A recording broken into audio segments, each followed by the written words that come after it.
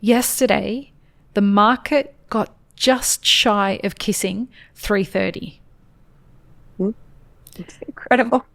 I know. So, and that's my question to you. How does that impact you and make you feel as a coffee producer hearing those prices? Having been coming into owning this at a time where the market was at some of its all-time lows. Mm-hmm. Well, the first thought I get is finally we're getting our costs. At least we know that we're gonna get some revenue. Like, it's horrible to work in an industry where you're just producing something and you're just asking and praying and I don't know, like with all your forces that you're not gonna lose money that year. This episode is proudly brought to you by Mapper Forward's workshop. It's time to become a coffee consultant. Learn how to diversify your revenue streams and create freedom from your day job while saying goodbye to that alarm clock forever by becoming a consultant within the coffee industry or directly to consumers who have shifted towards home brewing and home roasting. Protect your income from challenging times in the coffee value chain by taking this course today. Go to mapperforward.coffee/workshops or click the link in the show notes for details. Welcome to the Daily Coffee Pro by Mapper Forward, friends. I'm your host, Lee Safar, and this is episode 1 of a brand new 5-part series with Ana Donneys from Cafe Primitivo. Primitivo? Perfect. Yes. I should stop trying to use a Spanish accent because I don't speak Spanish. I like to think I know some words, but I don't. Anyway, Ana, welcome to the podcast. It is a privilege to have you with us. Thank you for joining us. Thank you, Lee. It's my honor and it's my privilege to be here. Thank you for the opportunity. We're going to have a great conversation because I feel like we have entered the era of the coffee producer.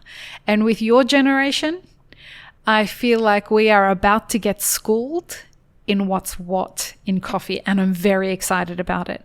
There are a lot of people out there that are wondering if what's happening in coffee is real, and they're wondering what this means for the future of coffee. In this series, we're going to be talking about the current situation in coffee from the perspective of a coffee farmer, and not just any coffee farmer. This is a coffee farmer who is going to be in the game for a very long time and who has been doing this for 6 years. And in this episode, we're going to be talking about what the first 5 years were like and then what the 6th year, which is the current year that we're in, is like. So Ana, help us understand who you are and what you do before we start digging into how you've been doing what you've been doing. First of all, hello, everyone. My name is Ana, just as Lee said. A 5th-generation coffee producer from Quindio, Colombia. I was one of those people from my generation that didn't want to work in coffee. I didn't believe in coffee. I didn't think this was my future, or I didn't see myself in this at all. I grew up in a family that struggled every single week with costs, with how we were going to pay everything. And that was just not the image I imagined of myself in the future. I wanted to go out of Quindio. I wanted to leave Colombia, or at least leave my hometown and study and just do everything but not coffee. But life turned around. My grandfather was when you're a little kid, you have always a hero. And for me, was my grandfather. His name was actually Primitivo, Correal. And he was like my dad. My parents got divorced when I was very young. And my grandfather was amazing with me and with people. And his life was kind of serving others. I had all these discussions. Please, Grandpa, why don't you just leave coffee? Like he always said this, and it always reminds or comes back to my head, and it was, Anna, you need to understand coffee is not just a business. Coffee is a social activity, and it's about community. So he preferred to keep on losing money, getting high debts, and selling parts of the farm every year to continue in business. So when he passed away, I said, okay, I have to go back, or we're just gonna sell the farms. Quindio is a very touristic area because of coffee, actually. Mm-hmm. So there's a lot of projects going on, construction, hotels, I don't know, parks and different stuff that obviously gives more rentability than coffee. Mm-hmm. And I really believe that God's plan or life took me, and I had the opportunity to work at a place where I learned about opportunities in coffee in different markets, Asia, Europe, US. And I started reading and realizing that there was a different way of doing things, that there was other people and there were other companies that were looking for differentiated coffees that we needed to make it better. And we couldn't just keep going and doing the things just as my family did for generations. We needed to change the way we were doing stuff. So I said, okay, there is an opportunity to not stop, like to continue with that legacy of my family. It's 4 generations working, and a lot of effort for a lot of years, more than 100 years of people trying to keep on with this business. I don't want it to end with me just because I don't want to try. So of course that the information combined with that emotional thing with my grandfather, so made me take the decision to let's try and let's go back. The worst thing that can happen is just I will just get more bankrupt than before. More in debt. Yeah. More in debt than before. Like we were already with a lot of debts. Like in my head, I was 26 years old. Like in my head, though that number was huge, Yeah. the amount of money we were, we were in the debt we had. But I said, I'm just going to try. The worst thing is start from -0 again. So for me now, it's the best decision I've ever made. That first years were very hard. Prices weren't that high. That was 2019. 2020, I started working and learning how to make a differentiated coffee, and I had my first sales of microlots with some exporters that said, okay, let's try your coffee. But that just gave me hope. Those first lots that I sell, that's a differentiated price. I said, okay, if I can sell these 2 microlots at a different price, we can do it with more next year. And I kept working, and that's when we created Cafe Primitivo as a brand, a way of honoring my family and my grandfather. And well, 2020 was very, very hard. Of course, pandemic, COVID. My mom died in 2020. God. She was the person that was guiding me. She worked with my grandfather her whole life, but she didn't want to get the responsibility of the farms. She thought it was very hard for her as I don't know. Sometimes when you work in coffee and in some origin countries, being a woman in rural areas and taking decisions, people make you think that you're not capable of running a business in agriculture. This is for strong men, you know? And I think she had that kind of thinking, and I said, hey, let's do it together. We're only women after my grandfather died, so it was us or just not doing it. And she helped me a lot. She taught me, she presented me people in the industry that changed the way I did things, and that helped me kind of. But that year was just very hard. We had our first export, like direct export to a client in Korea. And Korea was one of the first, if not the first, country that closed because of COVID. And of course, he said, I can't receive your. The copy was already at the port, and he said, we won't. And of course, there was 2 ways of. Sorry. Are you back? Yeah, we're back. Okay. There were 2 ways of seeing at that. One is, hey, let's go to the contract, of course, and try, like, you have to pay for this, at least a percentage. But the other one is, hey, I completely understand. And of course we did. But it was a hard hit to our business because we were trying to get out of debt, but this was something that was hard for us. Yeah, there were forces that were working against you. Yes. Logistics, rising costs started to go up. Yeah. And the same was in 2022, 2021. I mean, even though I had already some years working and looking for clients as a producer, it's not easy to find clients. That's the reality. 2021 was the first SCA I went to I had all this hope, like I'm going to sell my harvest. Nope. When you get there, it's just so big and there's so many people and you just don't know where to start, how to do it. But I don't know. I went to this lecture, and at the end of the lecture, I took the microphone and I presented myself. And amazing. I said, I am a coffee producer and this is my reality. At the end, there was so many roasters that went and looked for my card, and one of them is my first client in the US, and we have been working since 2022 when it was the first like sell or the first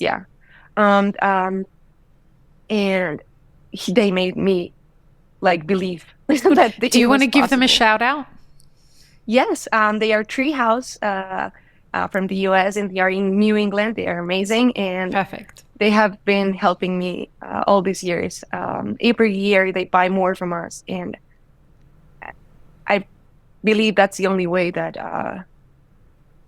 that us as producers can be sustainable, like having real connections that are long lasting and that we can care for each other. Now they have come and they came and they have visited our farms, and now we're more than just a business relationship. We're friends, and that just changes the game completely. Yes. Even though I've been working and giving, and every year since then, I've been going to every SCA, working and looking for more, because till last year, actually, it was only, I had only sold like as a differentiated coffee, or like this other way of doing things besides just C market. Up to I have only 15 to 17% of my crops, of my yield, was what I was selling through this way of specialty. Exactly. The other 80+% of my production was going with the flow, which is horrible, and it's what I didn't want to do.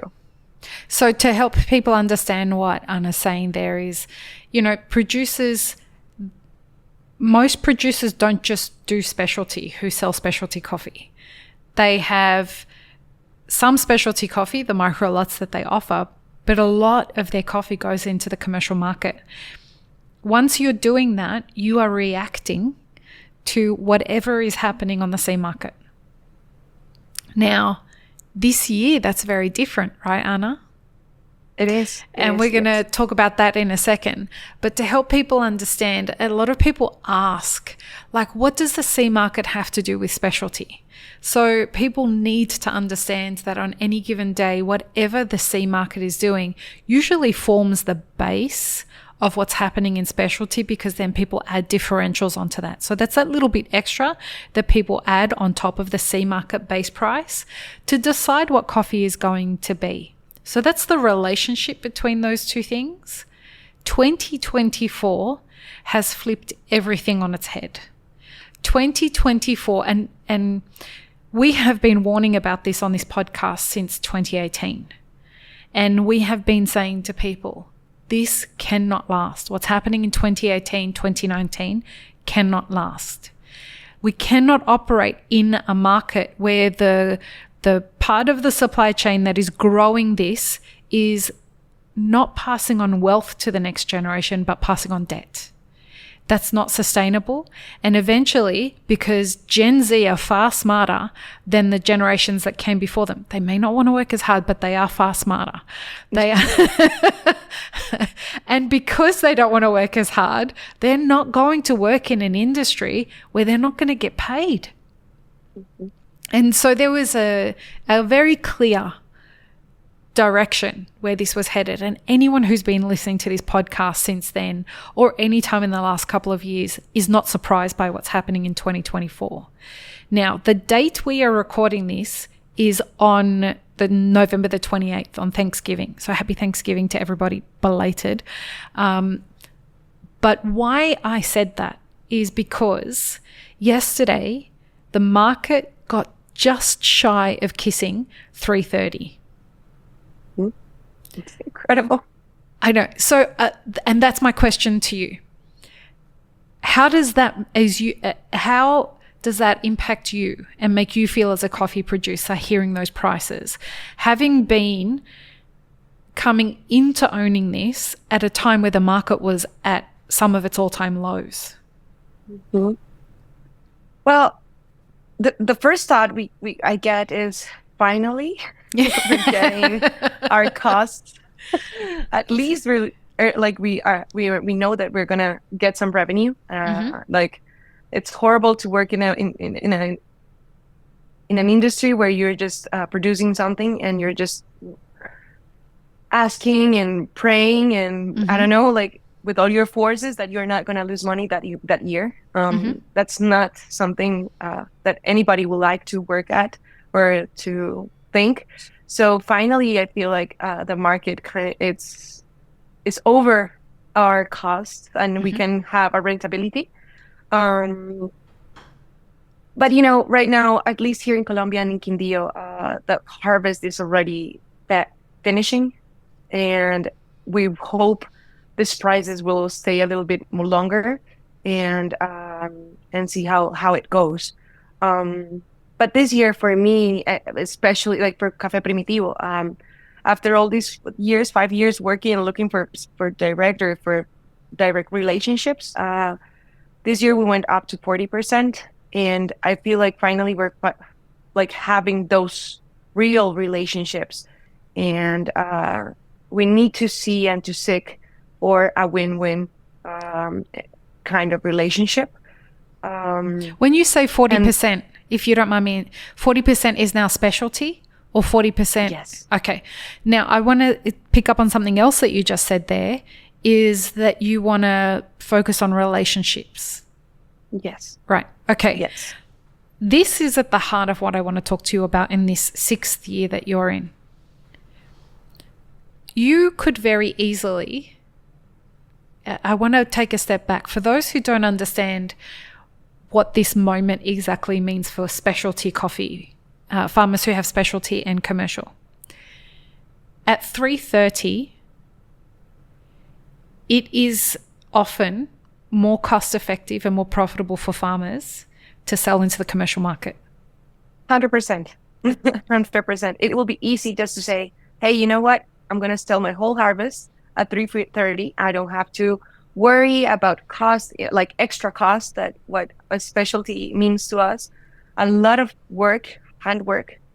I mean, 60% of my costs are in hands, on people. Labor. Because we need so many hands for every cup of coffee. Like, it's incredible. And when you do specialty, the amount of extra labor you need it's incredible. At least 20% extra of hours of people doing, taking this coffee. We need to ferment and put it on tanks, and then we need the hands to take it out of the tanks.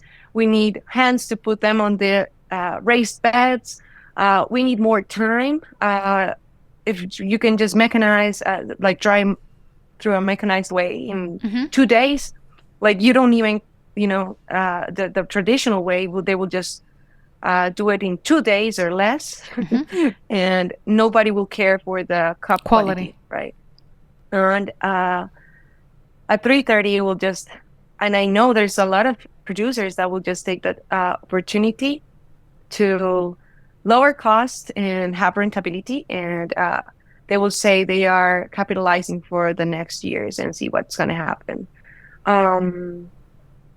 But when you have relationships, when you have friends, when you have had that customer, that client that have cared for you during 3 years, or like at least let's talk about Treehouse, or others that are importers that have taken into account my story, what we are doing, and every year they have cared for our what we're doing and our costs. Yeah. Yes, and they want us to be sustainable. How can I just, when I have good prices, just say, hey, you know what? I don't care. I'm just going to sell it to the C market. That's not how it works. Now it's my time to see, hey, let's talk about it and see how it can work for both of us. And that would just change how the I don't know how the game goes. I don't know. The market. I mean, it changes the way that coffee is going to be traded. I believe that 2024 is it's a mark in the line. A mark in the sand. A line in the sand. I eventually got there. This is the year where we step into a new way of doing business. And in 2025, we are going to start to see, over the span of 12 months, a market correction that's happening across the entire supply chain. And we will talk about that in the next episode. But before we do wrap up this episode, I want to ask you, how does 2026 feel different? Your 6th year as a producer who came into this at perhaps one of the most challenging times in coffee before this time. How does 2026 make you feel compared to 2020? When I started 2020, I had no idea what the price was going to be, if I was going to be able to at least pay what I needed. I had no information though, too. I had no... You were very green. Yes, I had no relationships, like strong relationships. Some of the exporters I worked with didn't want to talk about me at consuming countries because they felt like in the future, Ana speaks English. She has the opportunity to travel. They didn't want to tell about our story because they felt like in the future we will just do their work. But now we have real relationships, and the other thing, my clients are like, hey, I need your copy and I have in advance, they want the copy, so they are like already talking about forward the next contracting. harvest. Yeah. Yes, and that wasn't something that was even possible in 2020 for me, and that makes me happy because at the end it makes them happy because they will know what their cost is going to be, and there's not going to be that much uncertainty. And for me, it's going to be the same because I know what my costs is, and I'm not going to have that uncertainty. And that's thanks 100% to those relationships. In Map of Forward, we have what's called like a business map. And in this business map, we talk about the first couple of years, we call them the puppy years. And then the second 3 years are like the mid-career years. And the last 5 years are the pro years. Okay. Now, typically, so this is what we work on with consulting clients. Your job is to survive the first 5 years. 80% of businesses are out of business by the first 5 years. The 6th year is the year that if you can survive, everything starts to go up from there. And that is exactly what's happened to you. Yes. So, folks, I love when an episode can end on a high note. It makes me so happy. So join us in the next episode where we're going to talk about how the market volatility is being experienced by coffee producers, specifically in Quindio. We will expand that out. But we want to see from Ana's perspective in Quindio, Colombia specifically, how that's being experienced. So join us for that. Peace, love, and peanut butter. Have an amazing rest of your day. I really hope you enjoyed this episode, friends. Please don't forget to show us some love by subscribing, liking, commenting, and most of all, sharing this podcast with your friends. Check the show notes for links, including our sponsors and our Patreon, and stay tuned for more great conversations on the Daily Coffee Pro by Mapper Forward.